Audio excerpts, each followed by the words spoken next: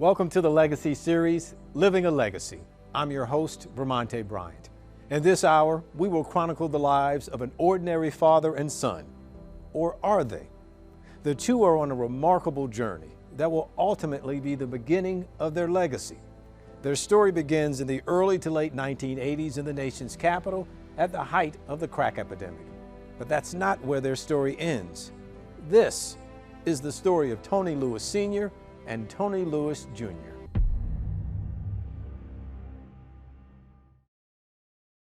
You know Tony. Can you remember when you first met him? When I met Tony Lewis Jr., it was as a result of the work that he was doing in the community. I don't know exactly when it was, but you knew him because he was woven into the fabric of the District of Columbia's community with all the things that he was doing in terms of his activism, helping people, whether it was helping to feed people during Thanksgiving, helping to identify people who needed support during the holidays, his advocacy for people who are serving periods of incarceration and their families, and the impact of mass incarceration and the war on drugs on the District of Columbia and families like his, mine, and so many others across our city. So Angel, here we are. What is the story of Angel and Tony? Oh my gosh, it is a story of serendipity and community activism and sister brotherhood and love and all things magical. Like Tony and I, we fit so well together. Like we are like the same person. He's the boy version of me. Tony's impact on the community is easy, right? And I think it's easy because Tony shows up authentically as himself, and because of his experiences, because of his heart, because of what he values and who he values, like he just shows up and things get done because of his presence. Like Tony's always going to speak up for those who are voiceless. He is always censoring those who are forgotten. And that's never not going to be who he is. Since I've known Tony, which has been, at least 15 years, that has always been who he is. Before the cameras, before social media, before there was the notoriety and the Free Tony Lewis movement, there was still Tony Lewis, my friend, who was in the streets fighting for those of us who no one else wants to fight for. So Jessica, tell us, how did you and Tony meet?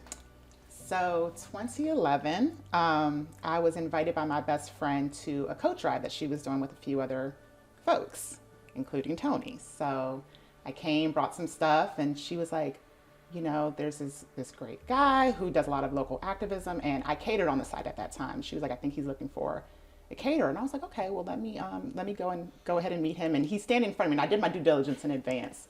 See his Twitter page, he has on a suit, these little personality glasses, and she introduces me to someone. I'm not really aware that it's Tony at the time.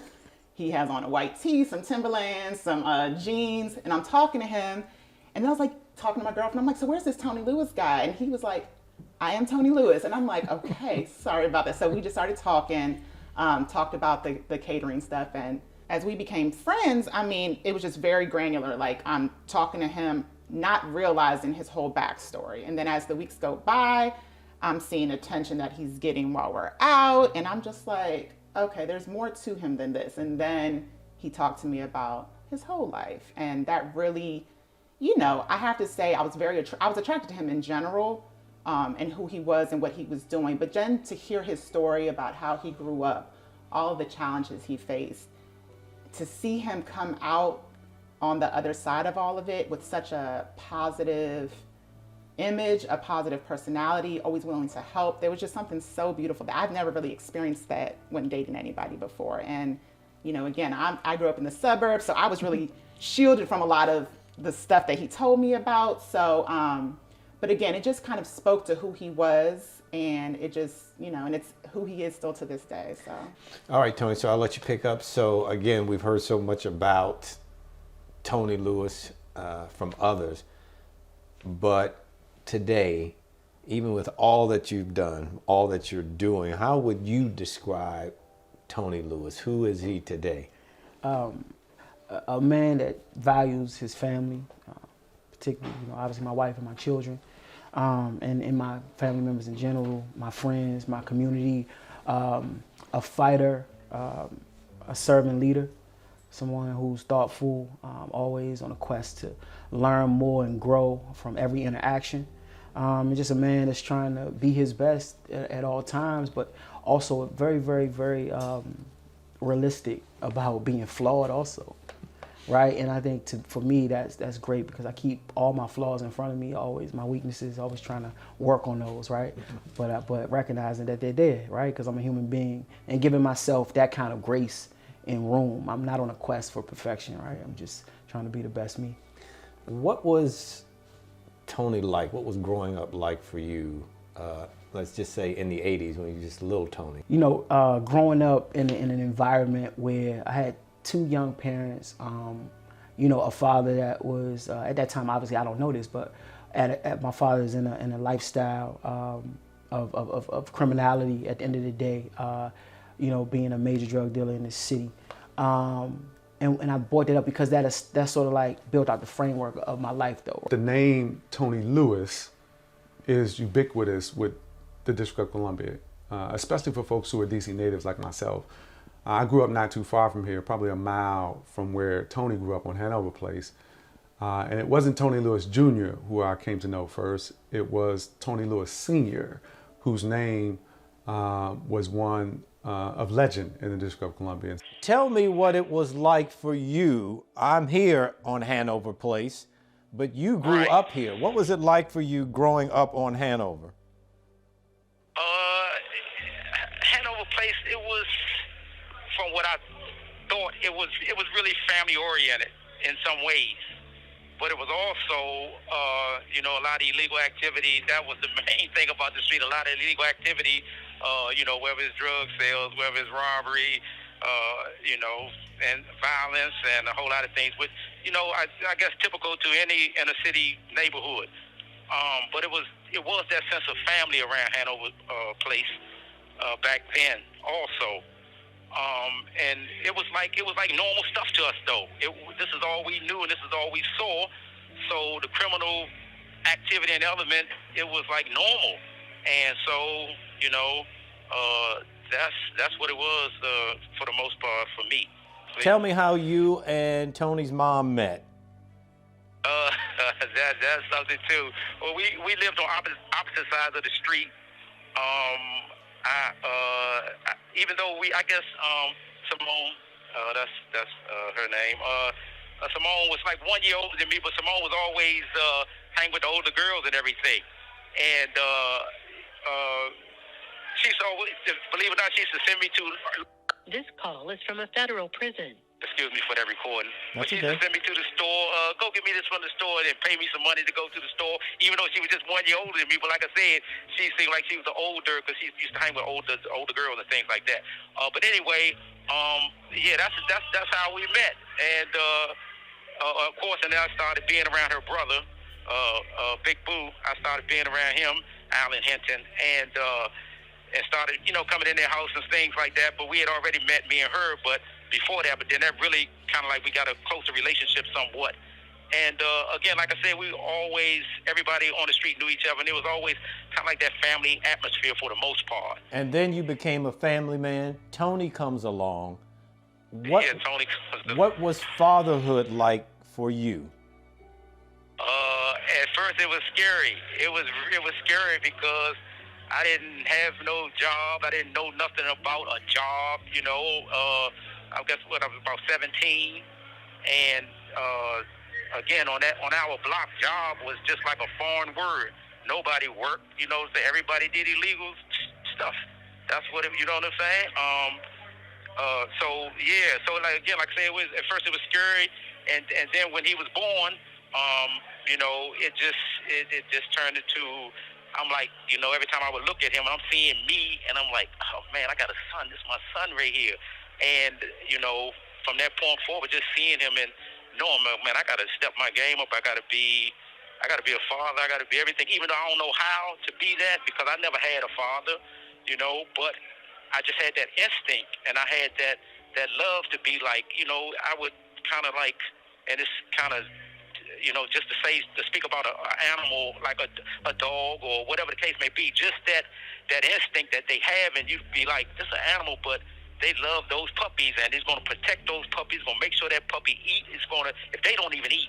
And that's just, like I said, I had no teaching of how to be a father, but I had that instinct like that. And that's what's always been in me for my son, and that love and that care and putting him first.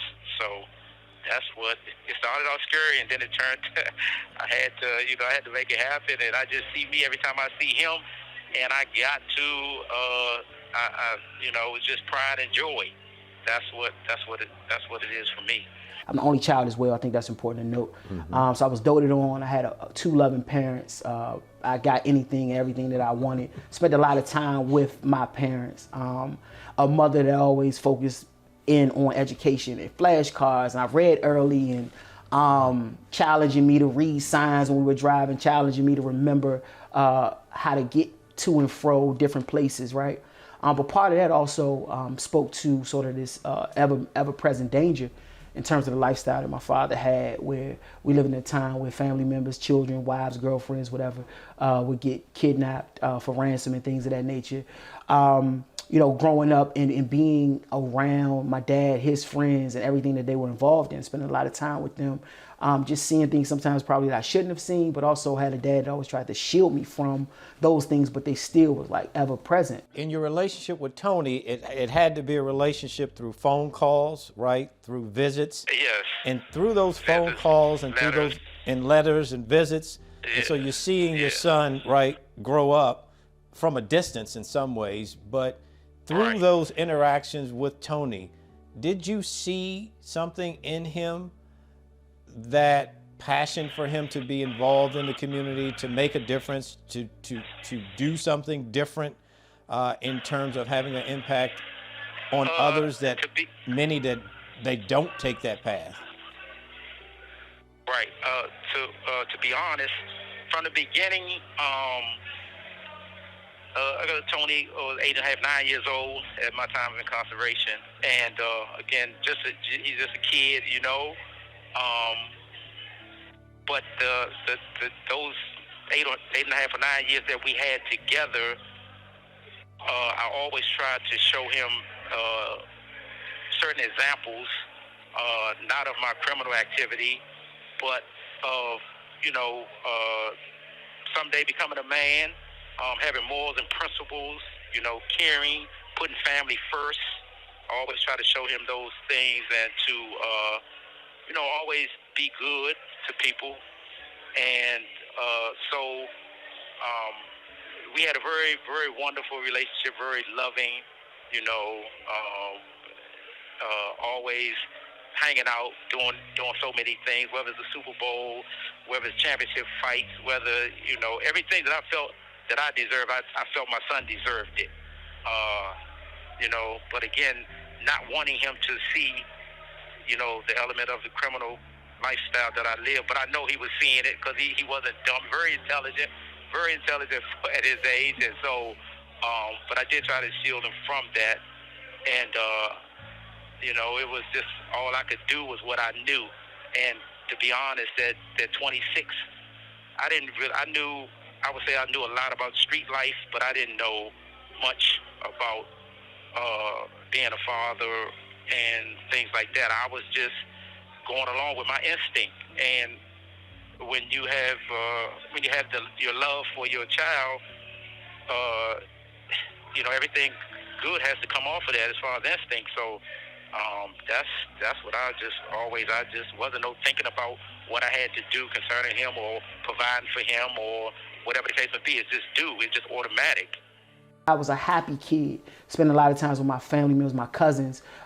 Being an only child, a lot of my cousins would really serve as like siblings for me. And getting a ton of exposure. We traveled a lot, went to a lot of sporting events. I was a big boxing fan, big Sugar Ray Leonard fan, Mike Tyson.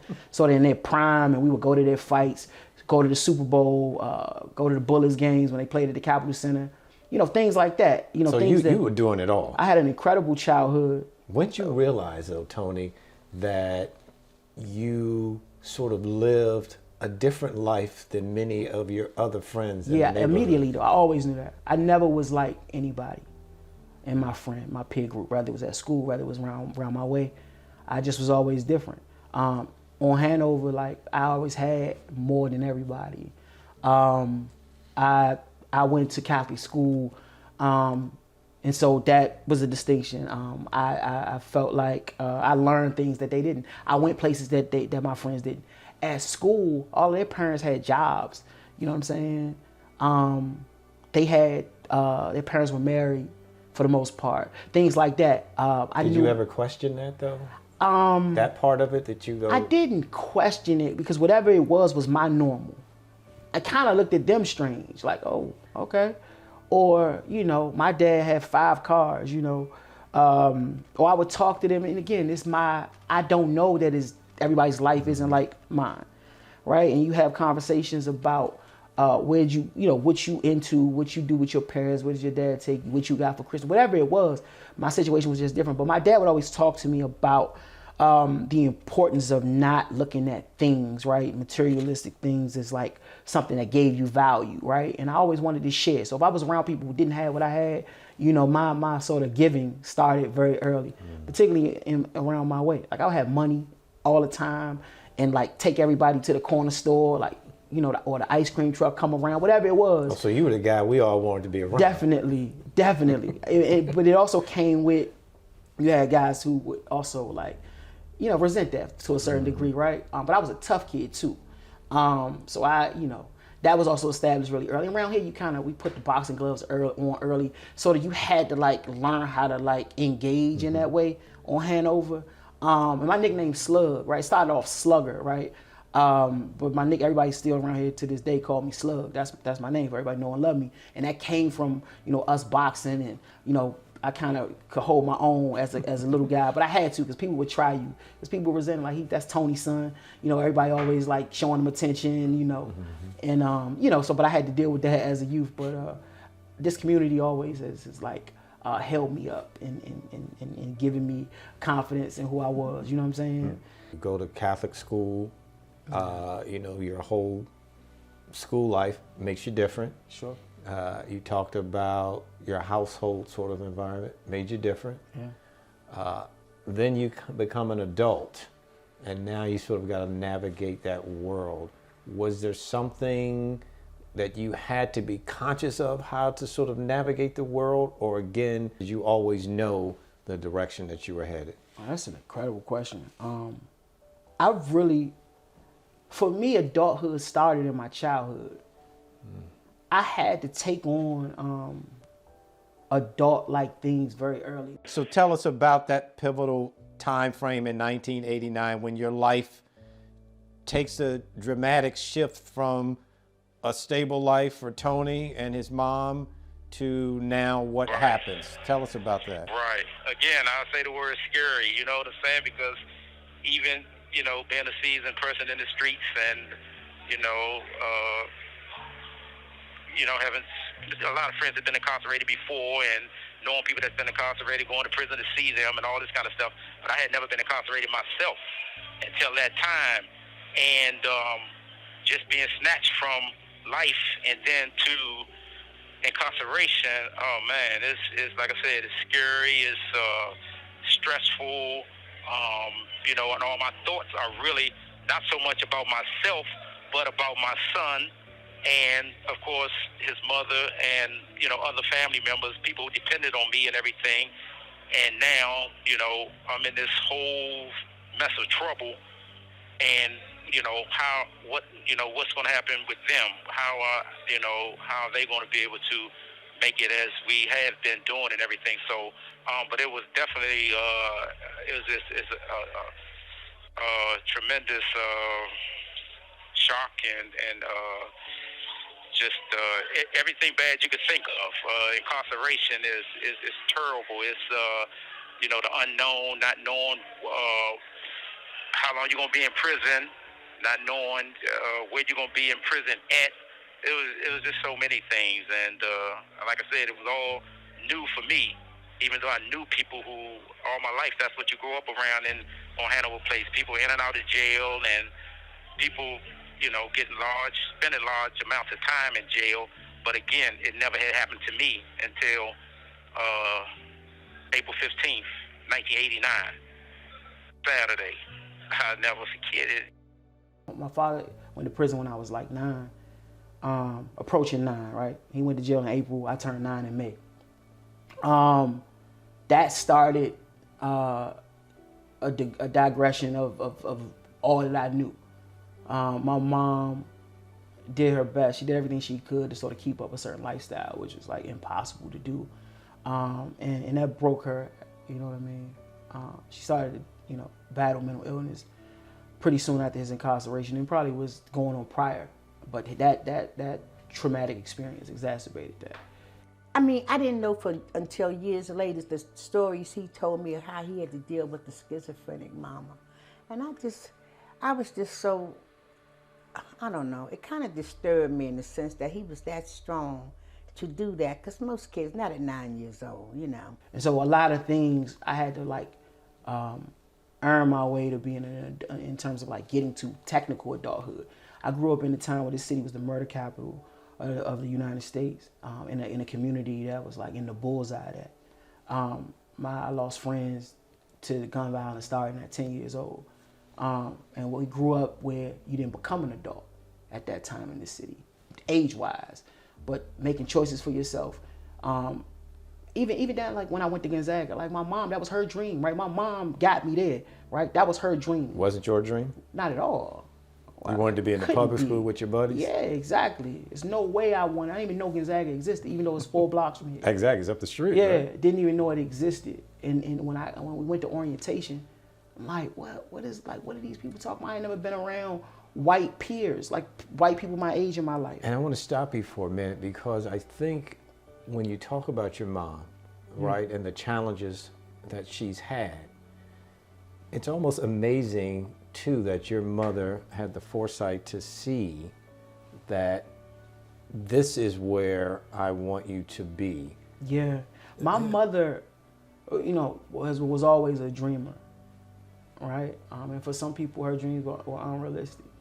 And even that maybe. But I remember being in the office and talking to one of the nuns at my school. Her name was Sister Cooper, and she was just telling my mother. And this time, my mother is really going through it, but she's still kind of functional. But Sister Cooper has no idea what's going on at home. And my mother at this time was on the verge of losing her job. She was driving to school, but she got a job after my father went away. But she wound up losing a job. I'm saying that to say this. It's, to go to Gonzaga, which is have a hefty price tag then and of course now. But it's it was no way that we really could even afford to go there, right? We applied at Gonzaga and St. Albans because she told my mother that Carol and DeMatha wouldn't be challenging enough for me. I remember this. I'm trying to go to Dunbar, period, right? Anyway, this happens. I go to Gonzaga, and what I was saying was that that was a whole nother world for me. But again, but I'm in control. I'm picking my schedule. I'm doing everything that had to be done. My grandmother, my aunt, my grandmother was my primary caretaker for me and my mother for real at that time. I'm 14, but my grandmother, she just happy that I'm going to school. My mother would get off of work 7 in the morning, get in a car and go all the way across the town where he was living with his mother at the time to take him to school. She'd be so tired, she'd almost be going to sleep. But she would go get that boy every morning after she done a shift till 7 in the morning. My peer group around here not even going to school. I got homies that didn't even go to middle school. Their mother, this is the height of the crack epidemic, right? So their moms, our community's dealing with addiction. I got friends that were literally, the last grade they went to in school was 6th grade, right? That's who I'm with every day. So for me to be in Gonzaga and be in this position, to go there, whatever the case may be, right? There's no really blueprint for what's next, right? And my mother is continuing to get deeper and deeper into her illness. And so throughout my high school career, whatever I wanted to do, or didn't want to do, it's some things that if I had my parents in the way that I had them prior, I would have done a lot of things differently. But I was making a decision. My grandma knew what I was going through, the stress, the pressure we were under, the fact that I was still going there and getting the grades, whatever the case is. She wasn't trying to put nothing else on me. Aside from that, nobody else had ever did nothing different, right? Nobody else from where we from had ever been in a position to be in a school like that. The idea of college wasn't even really, it was a thought, but not for me. You understand? But I was just trying to get out of high school. And again, in that time in this city, young men were dying. And even now, today, young men are still dying in this city. But we were dying at 15, 16, 17, or killing at that same age, right? And my friends were going to jail for either murder or getting murdered. And so that's why I'm saying, when I got to be technically an adult, I was like, it was like a breath of fresh air in one regard, the other, but I had no plan, none. I had no plan. You know, I think human beings are naturally cooperative, right? It's been the one thing, like, as a species that's allowed us, well, I guess that and projectile weapons, but that has allowed us to, like, inhabit the earth, if you will. It's like innate. And so no matter what people hear, whatever, like, people do what they see. And what I saw, right, was people get involved in the street economy, period. There was no men around me that had jobs. There was no professionals. There was no college graduates. It was, you know, and if a guy had a job, if he had a job, he didn't keep it long. It was nothing that had dignity. And so that's not what I wanted to be. I wanted to be just like my Uncle Boo, my dad, Cornell, you know, whoever come from, that's what I wanted to be them. Or at least I wanted to have the impact that they had. And ultimately, I got a job through one of their friends, ironically enough, doing violence interruption, sort of on a peer-to-peer level. And that changed my life. And so shout out to Fat Rob, because he talking to my grandmother. I found out later my grandmother, you know, I was hanging out too much. You know what I mean? Like, everybody knew that I had something different, but it was no vehicle for that to be expressed, right? So I'm doing what everybody else do. But I got that job and I saw the impact that I could have. And I never looked back. You know what I mean? That was 23 years ago. That literally changed my life. I remember my co-workers, they used to always say, Bonnie, that boy is so special. Say, Bonnie, he gonna be something in this city one day. They said that he was about, 10 or 11 then coming there, and they used to, it was just so amazing that when I look at his life today and I say to myself, God, they seen that at 9 years old. That boy Tony was something as a child. He really was. Talk a little bit about the importance of the kind of work that Tony does that has to be done really, you know, on that ground level, and what that does for public officials and public policy in which those environs that you work. The work that Tony does is not as an elected official, but it informs so much of the work that I do as an elected official on the Council of the District of Columbia. I'll give you an example. When I first became the chair of the Council's Committee on Judiciary and Public Safety, we were really grappling with a gun violence epidemic in the District of Columbia. One of the first people I called was Tony Lewis Jr. to talk about those issues, and the insights that I got from Tony and others like Tony, who cared deeply about the city and wanted to be a part of the solutions to address gun violence and the systemic issues affecting our city, resulted in a landmark piece of legislation that ultimately got passed by the District of Columbia unanimously, which is the Neighborhood Engagement Achieved Results Act. It's called the NEAR Act for short. Does he do anything now, though, that surprises you, or are there expectations that he always meets that you have of Tony? I don't know that I'm ever surprised by what Tony does. I just stay proud, right? It's just this constant state of being proud of my brother for all the things that he does and the ways that he continues to be himself, no matter what, no matter how much his name, like as you said with Councilmember McDuffie, is like this larger than life thing, right? Like his name precedes him. And even with that, there's still this like humble confidence and an adamant, relentless desire to still fight. And I think that that's beautiful, because some people get worn out from the type of fighting that Tony has done. They get tired of it. It is a thankless job, so to speak, you know, that you don't get paid for. And he shows up to work every day. Your mission really is dealing with those who have been incarcerated, right? And specifically to when they come out. Talk a little bit about that, and I'm going to assume your assessment is often it's not looked at through that prism, right? The collateral effect of those incarcerations, and so how that drives you and what you want people to understand. Understanding, right, the sort of the quote unquote natural order of things, if you will. The black man has been impacted by mass incarceration on a level that's not even comparable, particularly here in the District of Columbia, right? There's no statistical group that you can even compare, right? And when you look at the implication of that, not only on that man, but of everybody that's connected to him, right? His family, his community. He's been such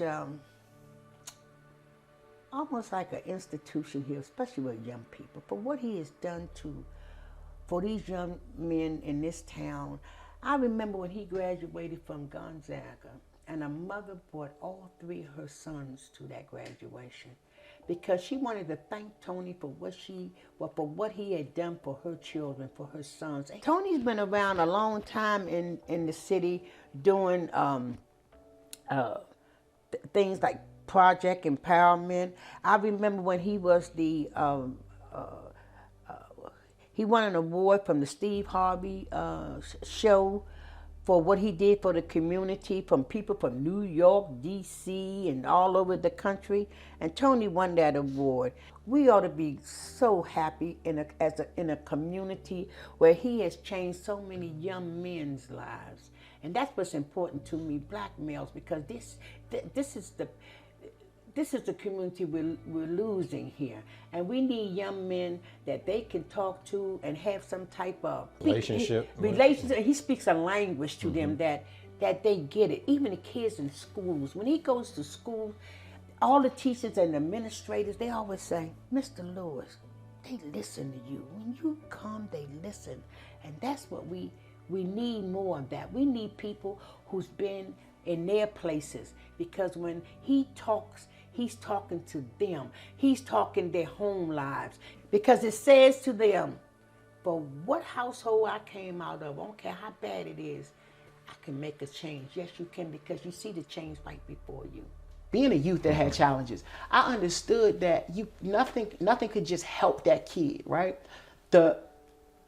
You could be the best program, best coach, best whatever. That kid has to go home, right? So the long-term success, right? You're gonna have stars. Is a unique person, right?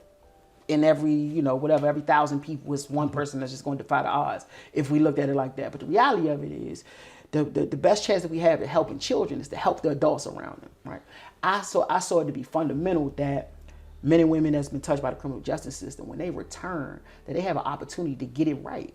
Right? They have an opportunity to do it the way that most times they would have wanted to do it prior to the decisions that they made. And also, like, this is America, right? We have to be honest, it's not all about choice, right? Some people come from places where it's about good and bad. I come from a place where it's about the choices are bad and worse.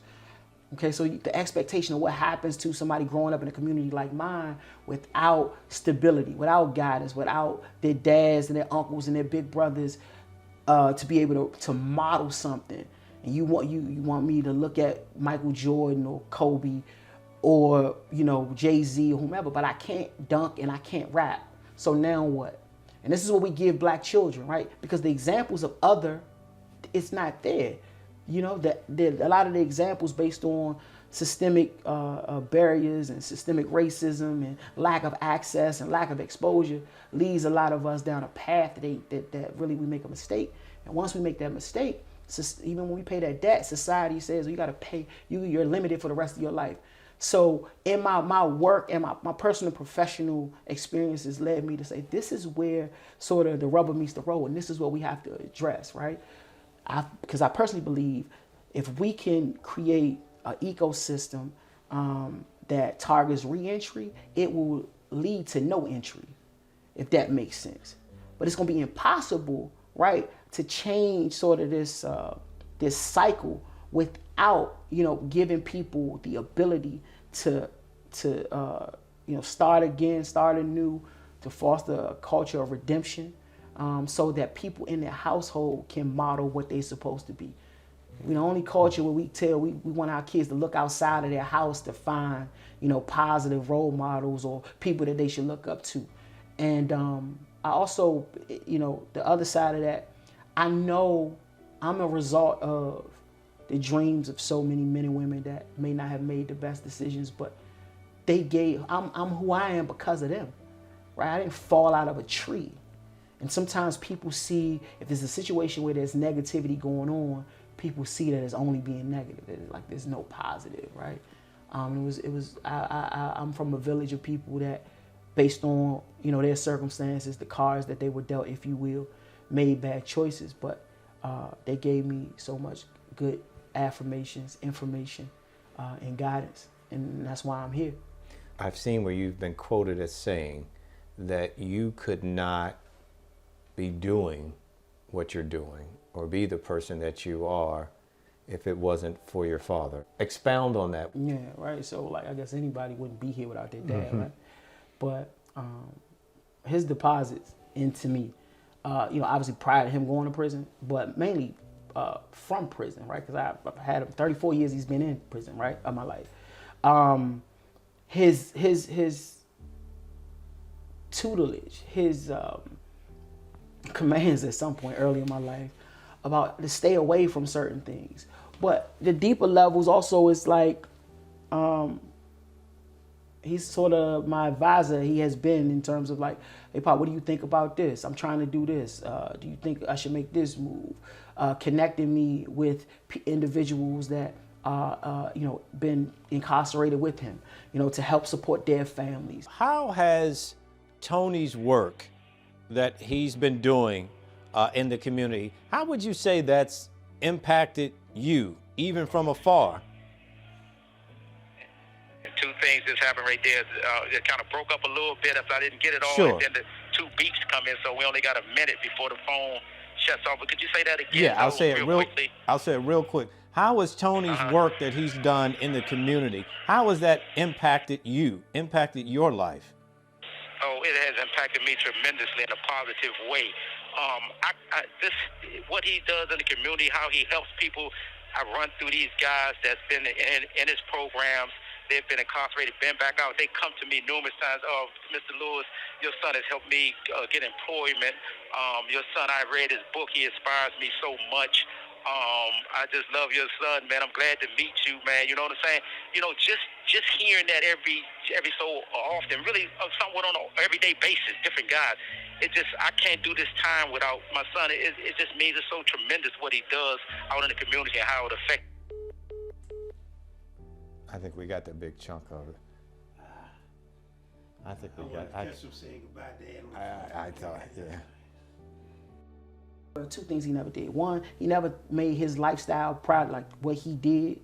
He never talked about it as if it was a cool thing to do, right? And the other thing is he always talked about prison as a place that it wasn't a place. He talked about it in the sense of like it wasn't a place for him, and it definitely was not a place for me to ever come, right? But it was the worst place in the world. Not even from a standpoint of like a scared straight kind of thing, that today to be dehumanized daily, but to also be in the presence of people that are dehumanized and what that causes in them, to see that, right? What that does to people, that was a place that he would never want me to go.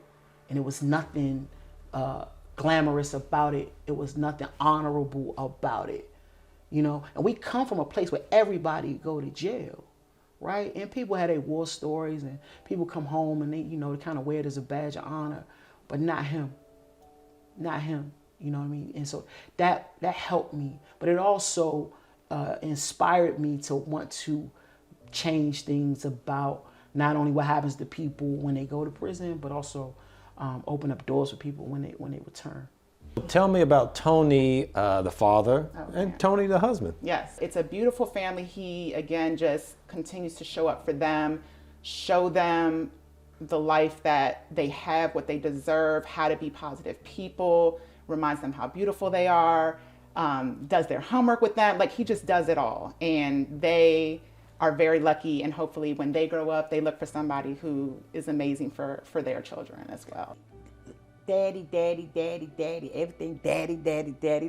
They love him so much, and I can see why, because I wish every black child in America could have a father like Tony Lewis has, as he is to his children, and to everybody else's children. What has family life, your nuclear family, right? What has that meant to you? They mean everything to me, man. Like, they've given me I was already doing the work, right? When I met my wife 12 years ago, going on 12 years ago. I met her doing the work. Then we had Izzy, probably like 2 years later, my oldest. And like when she came into the world, it's like it was like I gotta make the world, you know. I've been doing some stuff, but I gotta cause I gotta change the world for her, right? And then Sophie came too. Like it's like so every day, like they my guiding principles. Like I gotta change the world, make a world a better place for them, right? This is gonna be a world that they're gonna, you know, grow up in, and one day, you know, have families of their own, and so on and so forth. It just made the work mean even more to me. It also made me sort of like, because they share me with the world, they share me with the community, right? But I had to also create more boundaries, because I owe that to them, right?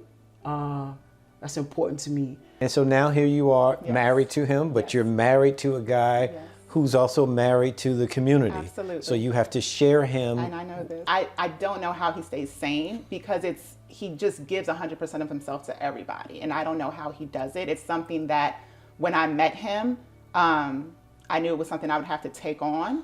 But how could I say no to that? It's a beautiful thing that he's trying to support and continue to do for himself. It's who he is. It's who I met. It's not just what he does by himself. It's something that we share within our family. And God bless the dead, Chris Berry, and obviously Marion Berry. But I remember being at Mayor Berry's funeral, and Chris was doing part of the eulogy. And he said that, you know, I shared my dad with the city. The convention center went crazy. But I felt the pain in that. Because it's almost like he was saying, y'all had him, I didn't. My babies won't say that. They can say, yeah, we shared them, but they'll get most of me. In their arrival, you know, I committed to that, you know, and I stand on that, because I can't lose my family trying to save everybody else's family, and I'm hyper aware, hypersensitive to that. But with that being said, they also give me the purpose and the motivation, like when I'm tired, when I'm overwhelmed, because I do get overwhelmed, to keep going though. Because helping, you know, my community is also helping them. A lot has happened in your family on Handover Place, right? In some ways, some have gone one direction, some have gone the other direction. Yeah. What does Handover Place sort of mean in your life? It's home, in every sense of the word. Both of my parents were raised on this block. Everything I know, everything I love, every dream I've had, every tragedy I've experienced happened here. It's my base. It's where I draw strength. It inspires me. It encourages me. And what's very interesting about Handover now, you know, Handover, it represents Washington, D.C. It's everything that happens in D.C., good, bad, or indifferent. It happens here, and I'm centered in that. And I really see that as my role in this city, to be sort of a bridge between groups that appear to be different, right? But that people can look at and say, well, I got something in common with him. Does it add a certain sense of import that Tony, being a young black man in the District of Columbia and the work that he's doing, does that have sort of even a stronger resonance based on some of the perceptions society may have of black men giving back to the community, doing what Tony is doing? In some ways, it's almost unfair to heap so much on the shoulders of people like Tony Lewis Jr. But I think, you know, people like Tony Lewis Jr., who grew up in the District of Columbia during some of the toughest times in our city's history, dealing with the crack epidemic, dealing with, you know, the levels of gun violence when our city was known as the murder capital of the United States during the 1980s and 1990s, were built for it. he's built for it. And it resonates with me as a fellow native Washingtonian because in so many ways, the District of Columbia can be a transient place.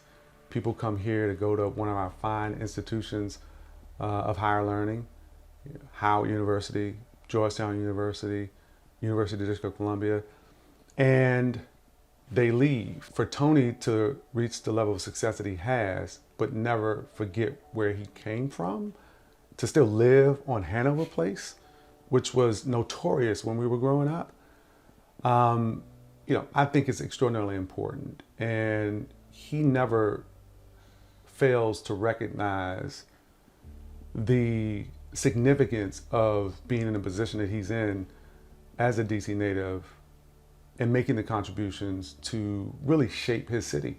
My impact has went past Washington in many regards. A lot of people ask me, why you ain't move? You still living? Like, yeah, because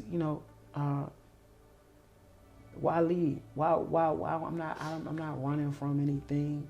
I actually feel safer here than anywhere. And I could be delusional, right? I could be naive, but I feel safer here no matter what, right? And we had a lot of changes, right?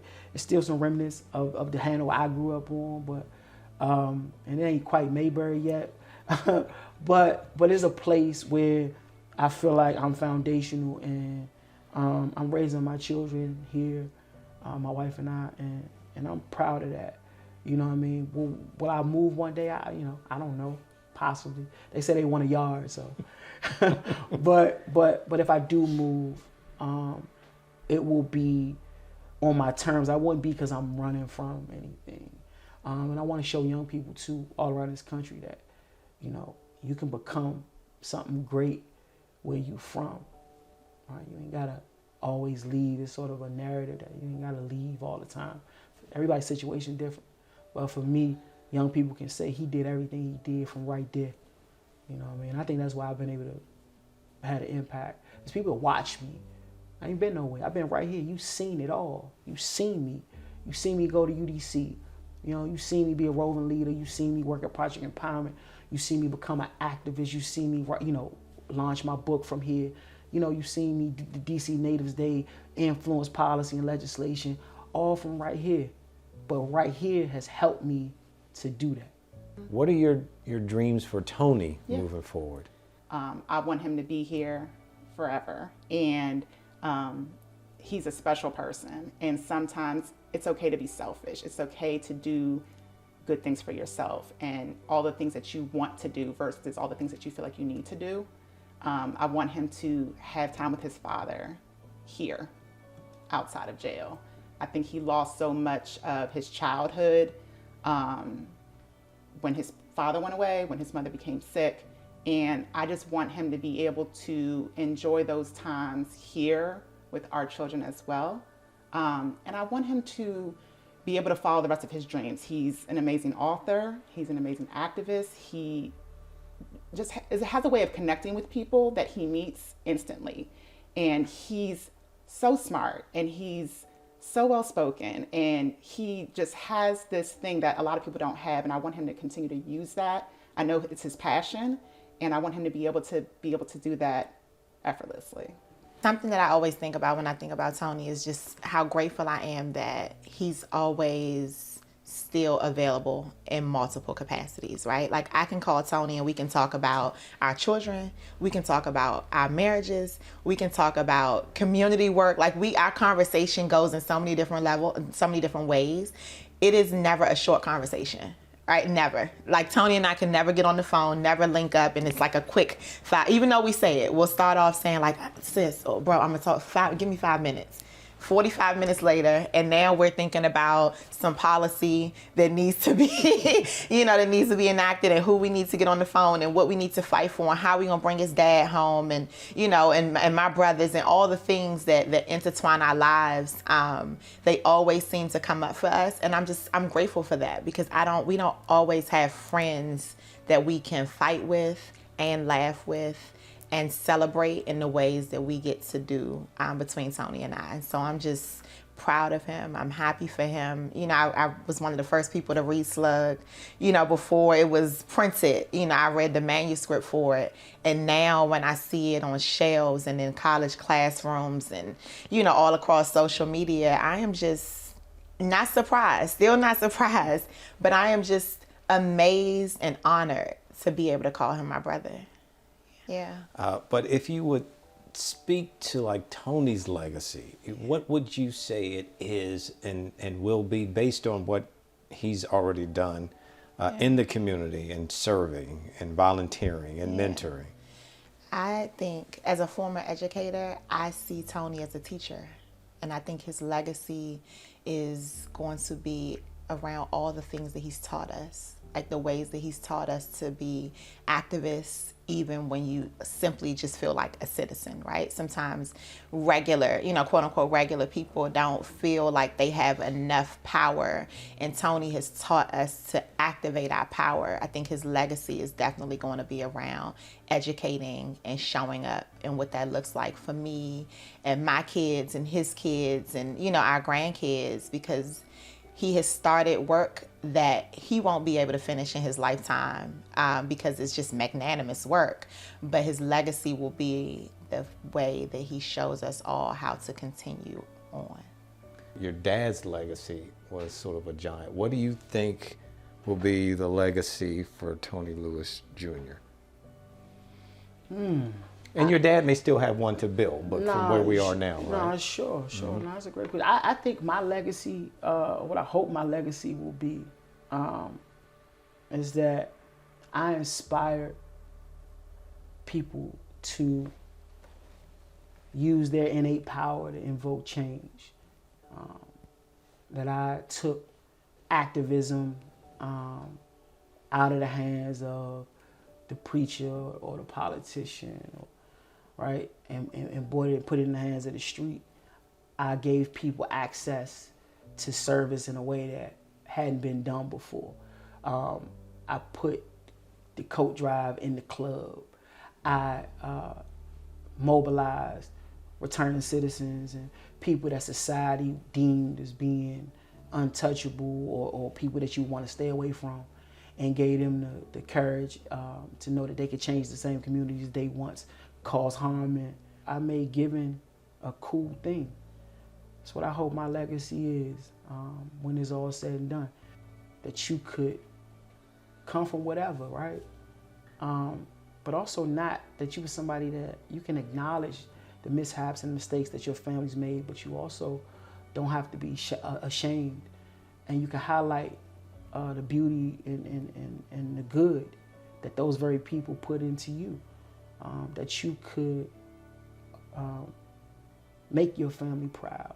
My mother loved him so much. Oh my gosh, she loved that boy so much. I think some of her spirit is in him because she, even at her age, she just, I don't know, he was just her world. I guess maybe she figured she lost his mother in terms of the mental crisis, and Mama took up that cross and she bore it to the day she died. Ultimately, you know, my grandmother, Jabella Hinton, that's my maternal grandmother, she raised me, right? And you know, when she passed in 2015, you know, she told this to me. I know, you know, she died proud of me, you know? She told me I can go now, like I'm good now, you know? And for me, that was like, I was like, well, I can go now too. Because I made her proud, you know? But my mom, my dad, you know, their various situations, but I was brought up in love, and those, you know, my parents, I'm grateful for them, in spite of, right? I'm so grateful for the foundation that they laid for me. I tap into that every day, you know what I mean? And I want other young people that may not come up in the most picture perfect situation to know that, you know, your parents sometimes, man, they did the best they could. It's up to you now to do better. This concludes the special hour-long episode of the Legacy series, Living a Legacy, chronicling the lives of Tony Lewis Sr. and Tony Lewis Jr. We thank the Lewis family for allowing us to bring such a remarkably raw and revealing story to you. As the Lewis family would say, one street, two directions. Theirs is a story of triumph and redemption. On behalf of the many lives that have now been impacted by their efforts, we salute them.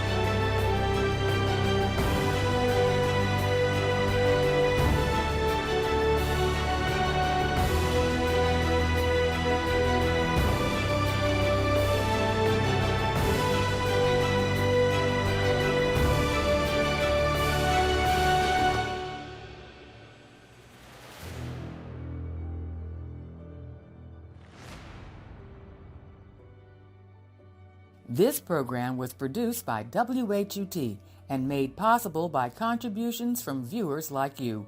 For more information on this program or any other program, please visit our website at WHUT.org. Thank you.